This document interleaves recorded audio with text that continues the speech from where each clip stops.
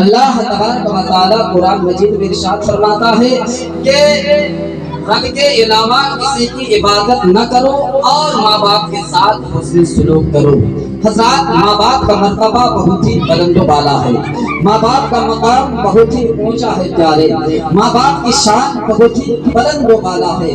اللہ تبارک و تعالی نے تقریباً قرآن مقدس میں 15 مقامات پر اپنے حقوق کے ساتھ والدین کے حقوق کا ذکر فرمایا۔ اللہ تبارک و تعالی قرآن مجید میں ارشاد فرماتا ہے فَلَا تَقُلْ لَهُمَا اُفٍّ وَلَا تَنْهَرْهُمَا، اپنے ماں باپ کو اف نہ کہو۔ حضرات، یہ اف سب سے ہلکا کلمہ ہے۔ مثال کے طور پر اگر کسی کے 3 بیٹے ہوں اور ان کے ماں باپ اپنے چھوٹے بیٹے ہی سے کہتے ہوں کہ بیٹا فلاں کام کر دو، بیٹا فلاں کام کر دو، اور اگر وہ چھوٹا بیٹا یہ کہہ دے کہ اف میرے ماں باپ صرف مجھ سے ہی کہتے ہیں، اپنے بڑے بیٹوں سے نہیں کہتے، تو پیارے ماں باپ کی شان بہت ہی بلند و بالا ہے۔ ایک صحابی نے نبی سے عرض کیا کہ یا رسول اللہ، ماں باپ کا مرتبہ کیا ہے؟ میرے نبی نے ارشاد فرمایا ہما جنتک و نارک،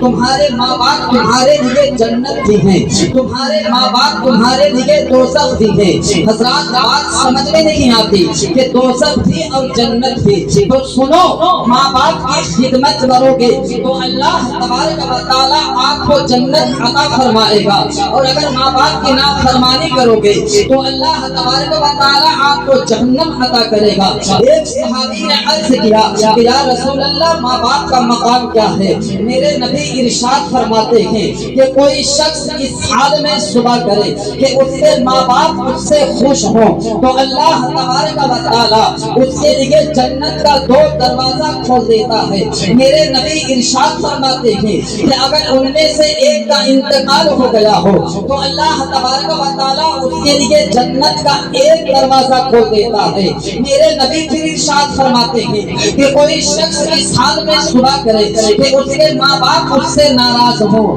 تو اللہ تبارک و تعالیٰ اس کے لیے جہنم کا 2 دروازہ کھول دیتا ہے۔ ان میں سے ایک کا انتقال ہو گیا ہو تو اللہ تبارک و تعالیٰ اس کے لیے جہنم کا 1 دروازہ کھول دیتا ہے۔ صحابی نے عرض کیا یا رسول اللہ، اگر ماں باپ اپنی اولاد پر ظلم کرے تو میرے نبی ارشاد فرماتے ہیں وَإِنْ ظَلَمَاهُ وَإِنْ ظَلَمَاهُ وَإِنْ ظَلَمَاهُ،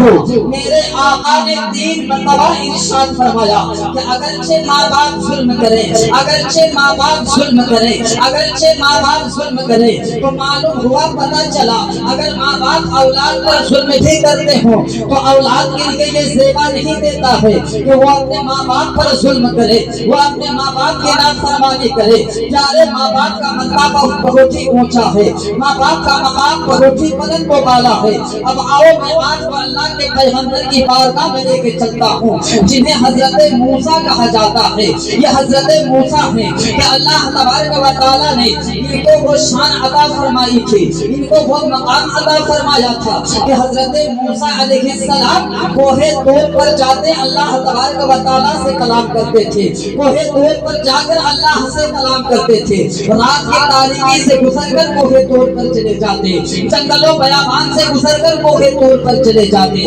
ایک دن پیارے حضرت موسیٰ علیہ السلام کوہ طور پر اللہ تبارک و تعالیٰ سے کلام کرنے کے لیے پہنچے، لیکن جیسے ہی پہنچے حضرت موسیٰ کا پیر اچانک پھسل جاتا ہے۔ رب فرماتا ہے کہ اے موسیٰ، اب ذرا سنبھل کر کے آیا کرو۔ حضرت موسیٰ عرض کرتے ہیں کہ اے مولا، جب بھی میں آیا ہوں تو نے مجھ سے کلام کیا ہے، صبح کو آیا تو نے مجھ سے کلام کیا، دوپہر کو آیا تو نے مجھ سے کلام کیا، شام کو آیا تو نے مجھ سے کلام کیا، رات کو آیا تو نے مجھ سے کلام کیا، لیکن اے میرے مولا، تو نے کبھی یہ نہیں فرمایا کہ موسیٰ ذرا سنبھل کر کے آیا کرو۔ رب کی رحمتوں نے جواب دیا کہ اے موسیٰ، اس سے پہلے جب تم آتے تھے تو تمہاری ماں تمہارے پیچھے تمہارے لیے سلامتی کی دعا کرتے تھے، لیکن اے موسیٰ، اب تیری ماں کا انتقال ہو گیا ہے، اس